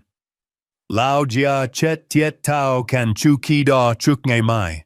If I don't have control of his accounts by noon tomorrow, they are going to start breaking fingers. I need that signature. The room gasped. It was a collective intake of breath that sucked the air out of the room. Then Tiffany's voice came through, shrill and cruel. I will find the cheapest state-run hole in the wall I can find, a place where the nurses steal your teeth. You will die alone in a bed with bed sores and strangers. The recording ended. The silence that followed was absolute. It was the silence of a tomb. Brad stood frozen, his face the color of ash. Tiffany had her hands over her mouth, her eyes wide with horror. The Russians in the back weren't looking at me anymore. They were looking at Brad. And they didn't look like investors. They looked like butchers who had just realized their meat was spoiled. I looked at Brad. He was shaking. He knew it was over. I warned you, I said quietly, only for him to hear. I told you I wasn't bored by money. And I am definitely not bored by betrayal. I pointed the gold pen at him. Happy birthday to me, I said. And then I gave the signal. Now, Mike, I shouted. Now! The doors to the main hall burst open, but it wasn't the police. Not yet. It was the sound of my own voice booming through the surround sound speakers that lined the walls of the rented mansion. Mike had done his job perfectly. He had patched the feed from the device on my collar directly into the audio system of the house. The feedback squealed for a split second, a sharp, high-pitched noise that made everyone cover their ears, and then the recording began. I stood there on the small stage, my posture transforming in real time. The hunch in my back disappeared. The tremors in my hands vanished, as if they had never existed. I gripped the microphone not for support, but with the authority of a man who spent 40 years shouting orders over the roar of jackhammers and diesel engines. I looked out at the sea of faces. The confusion was turning into shock. I have a gift for you, I said. My voice was deep and steady. It rumbled through the room, cutting through the tension like a circular saw. You wanted to know the plan for the future. You wanted to know how much my family loves me. Listen closely. I pressed the button on the small remote Mike had slipped me earlier. The audio filled the room. It was crystal clear. It was the conversation from the night before the one that happened while I was locked in the guest room. Brad's voice echoed off the high ceilings, loud and distorted by anger. Lao jia chet tit. Damn, old man. I need that signature before tomorrow or we are all dead. The Russians called again. If I don't have control of his accounts by noon tomorrow, they are going to start breaking fingers. The crowd gasped. I saw the men in the back, the ones in the expensive suits who had been watching Brad with cold eyes, suddenly straighten up. They weren't looking at me anymore. They were looking at their investment. Then Tiffany's voice cut in sharp and cruel. It was the voice of a stranger, not the daughter I raised. I will find the cheapest state-run hole in the wall I can find. A place where the nurses steal your teeth and the hallways smell like urine. I will dump him there, and I will never visit him again. I watched Tiffany's face. All the color drained from her skin, instantly leaving her looking like a wax statue. Her mouth opened, but no sound came out. She looked around the room, her eyes wide with panic, seeing her friends, her social circle, the people she tried so hard to impress, staring at her with pure revulsion. The facade of the loving daughter was shattered into a million pieces. The recording continued merciless. "Sell the land in Montana." Brad's voice sneered. "Sell it all. The ranch alone is worth $15 million. We can pay off the debt and still have enough to live like kings. He won't know the difference. He will be drooling in a bed somewhere, staring at the wall." I paused the recording. The silence that followed was heavy and suffocating.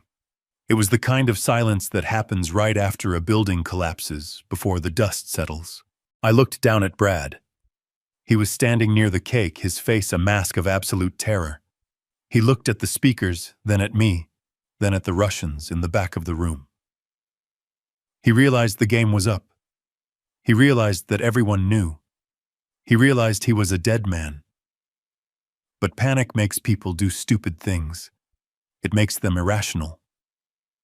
Brad's eyes locked onto the microphone in my hand. In his twisted mind, he must have thought that if he could just stop me from talking, if he could just get the microphone back, he could spin this. He could say it was a deep fake. He could say I was crazy. He lunged. It was a desperate, clumsy move. He scrambled up the 2 steps of the stage, his hands reaching for me, his face contorted in a snarl. "Give me that," he screamed. "You senile old bat, give me that right now." He was 40 years old. He went to the gym. He drank protein shakes. He thought he was strong. But he had never carried 80 pounds of shingles up a ladder in the summer heat. He had never wrestled a steer to the ground. He had soft hands and a soft life. I didn't move my feet. I planted them shoulder-width apart, just like I would on a shifting deck. I watched him come. Time seemed to slow down. I saw the sweat flying off his forehead. I saw the desperation in his eyes. When he was within striking distance, I didn't retreat. I shifted my weight. I lifted my cane. It was solid hickory with a heavy brass head. I didn't swing it like a baseball bat. I used it like a tool. As Brad reached for the microphone, I brought the cane down in a short, sharp arc. I aimed for the spot right above the knee, where the nerve runs close to the bone. The sound of the brass hitting his leg was a dull thud, followed by a sharp crack. Brad's scream was high and shrill. His leg buckled instantly. Momentum carried him forward, but he had no support. He crashed face first onto the stage right at my feet. The impact shook the floorboards. He rolled over, clutching his leg, whimpering like a kicked dog. "You broke it," he sobbed. "You broke my leg." I stood over him. I loomed over him. I felt 10 feet tall. I didn't break it. I said, my voice calm and cold into the microphone. I just compromised the structural integrity. I looked out at the crowd again. No one moved to help him, not even his wife. Tiffany was paralyzed, shaking her head in denial, tears streaming down her face, ruining her makeup. I pointed the cane at Brad, who was writhing on the floor. "You thought I was weak," I said, addressing him, but speaking to the whole room. "You thought because my hair is gray and I walk slow that I am stupid. You thought you could take 40 years of my life and gamble it away on a computer screen." I took a step closer to him. He flinched, trying to scoot backward away from me. "I built my fortune with sweat and blood, son," I said. "I didn't steal it. I didn't inherit it. And I certainly didn't borrow it from men who break fingers." I looked up at the back of the room. The Russians were moving now. They weren't coming for me. They were heading for the exits, their faces grim. They had seen enough. They knew there was no money coming. They knew the collateral was gone. Brad saw them leaving too. No, wait, he screamed, reaching out a hand toward them. Don't go. He is lying. He is sick. We have a deal. But they didn't stop. The door closed behind them with a finality that echoed through the room. I turned my attention back to Tiffany. She was sobbing now, loud, ugly sobs that shook her whole body. She looked at me pleadingly. Dad, please, she wailed. I didn't mean it. He made me say those things. I love you. I looked at her. I looked at the daughter I had cherished. And I felt nothing. The love hadn't turned to hate. It had turned to ash. You don't love me, Tiffany, I said softly, but the microphone picked up every nuance. You love the idea of my money. You love the lifestyle you thought I could provide. You sold me out. You were going to lock me away. You were going to erase me. I reached into my pocket and pulled out the bank book she had tried to steal the night before. I held it up. You wanted this, I said. You wanted the keys to the kingdom. I tossed the book onto the floor next to Brad. Take it, I said. It is empty. Brad stopped whimpering. He stared at the book. What he whispered. I looked at Sarah, my lawyer, who had just stepped through the front doors flanked by 2 uniformed officers, and Mike, the private investigator. Sarah walked toward the stage, her heels clicking on the floor. She carried a briefcase. She looked like justice personified. I handed the microphone to her. She cleared her throat. Her voice was professional, crisp, and deadly. Ladies and gentlemen, she said, my name is Sarah Jenkins. I am Mr. Whitman's attorney. As of 4 o'clock this afternoon, Pacific Standard Time, all assets previously held by Thomas Whitman, including real estate cash reserves and investment portfolios, have been transferred into an irrevocable trust. She paused, letting the words sink in. Mr. Whitman, she continued, gesturing to me, no longer owns the ranch in Montana. He does not own the accounts you were hoping to access. Legally speaking, Mr. Whitman is a man of very modest means. The trust is locked. The beneficiary is a minor, and the trustee is an independent third party. She looked down at Brad. That means, Mr. Hayes, that even if you had forced him to sign that power of attorney tonight, it would be worthless. You cannot give away what you do not own. You are trying to rob an empty vault. Brad made a sound that was half laugh, half sob. He lay back on the stage, staring up at the chandelier, his eyes empty. He knew what that meant. It meant he had nothing to give the Russians. It meant his life was effectively over. Sarah turned to the police officers. Officers, she said, pointing at the papers scattered on the stage next to the cake. We have evidence here of attempted wire fraud, elder abuse, and conspiracy to commit grand larceny. We also have a forged medical document signed by a Dr. Aris Thorne, who I believe is currently trying to exit through the kitchen. One of the officers moved quickly, intercepting the fake doctors before he could reach the service door. I looked at Lexi. She was still standing by the kitchen. The man who had been holding her had vanished along with the other creditors. She was safe. She ran toward the stage. Grandpa, she cried. I knelt down, wincing slightly, as my knees hit the hard wood and opened my arms. She slammed into me, burying her face in my shoulder. I got you, kiddo, I whispered, stroking her hair. I got you. It is over. The wolves are gone. I stood up, holding my granddaughter's hand. I looked at the wreckage of the party, the ruined cake, the spilled wine, the broken man on the floor, the weeping woman who used to be my daughter. It was a tragedy. But it was a necessary one. Sometimes you have to tear a house down to the studs to get rid of the rot. I looked at Sarah. Let's go, I said. I have a plane to catch, and I have a granddaughter to raise. I walked off the stage, stepping over Brad's legs without looking down. I walked through the silent crowd, my head held high, my cane tapping a steady rhythm on the floor. I walked out of that house and I didn't look back, not even once. The chaos in the room was absolute. It was the kind of scene you usually see in movies, not in a Beverly Hills living room. The doors I had come through earlier burst open again, but this time it wasn't catering staff. It was Mike leading a phalanx of uniformed police officers. They moved with the heavy precision of a sledgehammer hitting drywall. "Police, everyone stay where you are," Mike shouted, his voice cutting through the panic. Brad was still on the floor clutching his leg, but the pain in his knee was about to be the least of his problems. 2 officers were on him in seconds. They didn't care about his injury. They hauled him up by his armpits, his expensive suit bunching up around his ears. He screamed as his broken leg dragged on the floor, but the officers were stone-faced. They slammed him against the wall, and the sound of handcuffs ratcheting shut was the sweetest music I had ever heard. Then Sarah stepped out from behind the police line.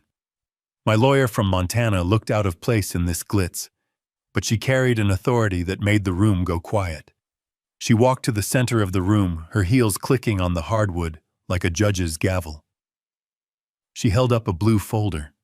It was the real paperwork, the documents we had filed electronically while Brad was busy drinking his morning coffee. "Listen closely," she announced, her voice projecting to the back of the room. "I am Sarah Jenkins, attorney for Mr.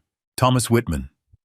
As of 9 o'clock this morning, the Whitman estate no longer exists in the capacity you think it does."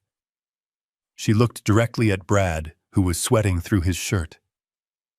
"Mr. Whitman has transferred 100% of his assets, including the ranch, the cash reserves, and the investment portfolios, into an irrevocable trust," she said, emphasizing the word irrevocable.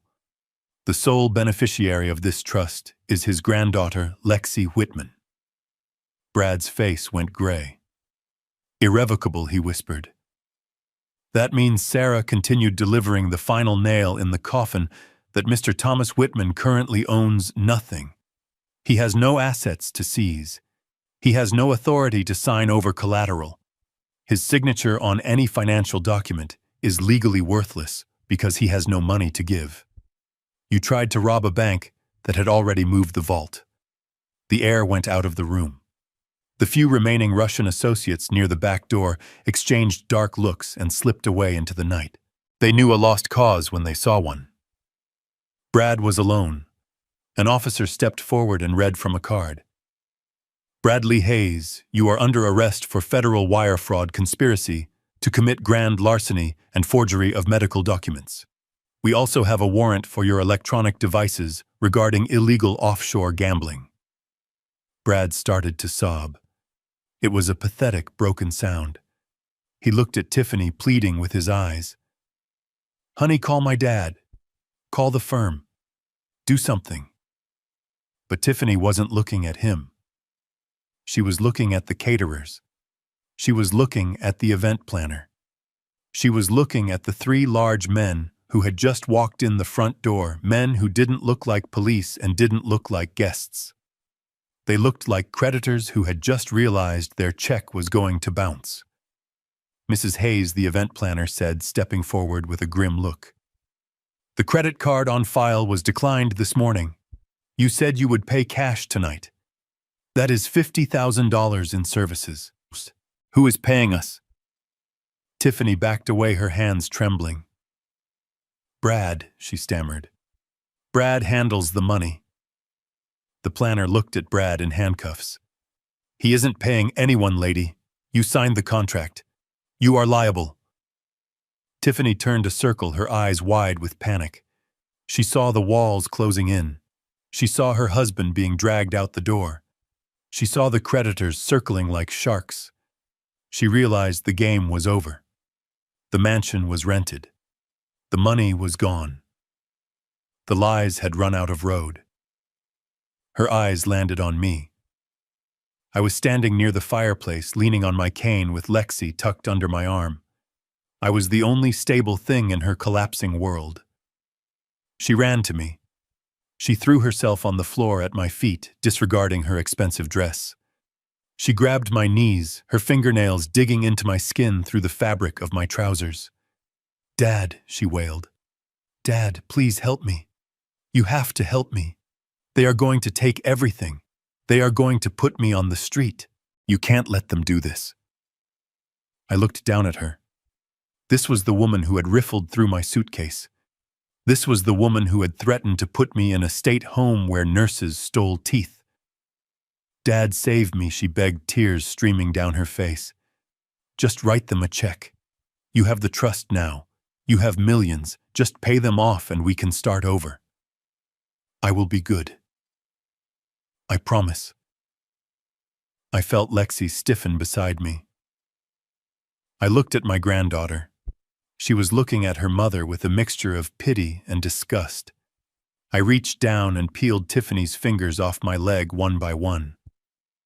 I didn't do it gently. "I don't have any money, Tiffany," I said, my voice cold and hard as granite. What she choked out. "But the trust," Sarah said. "The trust belongs to Lexi," I said, cutting her off. "And Lexi is a minor. She cannot authorize payments. She cannot sign checks. And even if she could, the trust is managed by a third-party trustee." I pointed at Sarah, who was watching with a satisfied expression. "Sarah controls the money," I said. "And you know, Sarah, she wouldn't give you a dime if you were on fire." Tiffany slumped back on her heels. The realization hit her. She was trapped. She was broke. And she was alone. "So I am nothing," she whispered. "You are what you made yourself," I said. I turned away from her. "Come on, Lexi. We have a plane to catch." We walked toward the door, leaving Tiffany on the floor, surrounded by the people she owed money to. She screamed my name one last time, but I didn't stop. I didn't look back. I walked out into the cool night air, holding my granddaughter's hand, and for the first time in months, I felt clean. The next 12 hours were a blur of fluorescent lights and legal paperwork, but for the first time in a week, I did not feel tired. I felt fueled by a cold, hard purpose. We did not go back to the mansion. We went straight to the police station, where Sarah turned a conference room into a war room. While Brad was being booked downstairs for wire fraud and conspiracy, Sarah was already drafting the emergency petition for guardianship. The case was slam dunk. The father was in federal custody facing a sentence that would likely see him old before he saw freedom. The mother was an accomplice to financial crimes and had just been evicted from a property she had fraudulently leased. Sarah argued before the on-call magistrate that Lexi was in imminent danger of neglect and emotional trauma if left in Los Angeles. She presented the recording of the threats against Lexi by the loan sharks. She presented the evidence of the lack of funds for basic care. The judge, a tired woman who looked like she had seen too many broken families, didn't hesitate. She signed the temporary order granting me full custody of Alexis Whitman, pending a final hearing in Montana.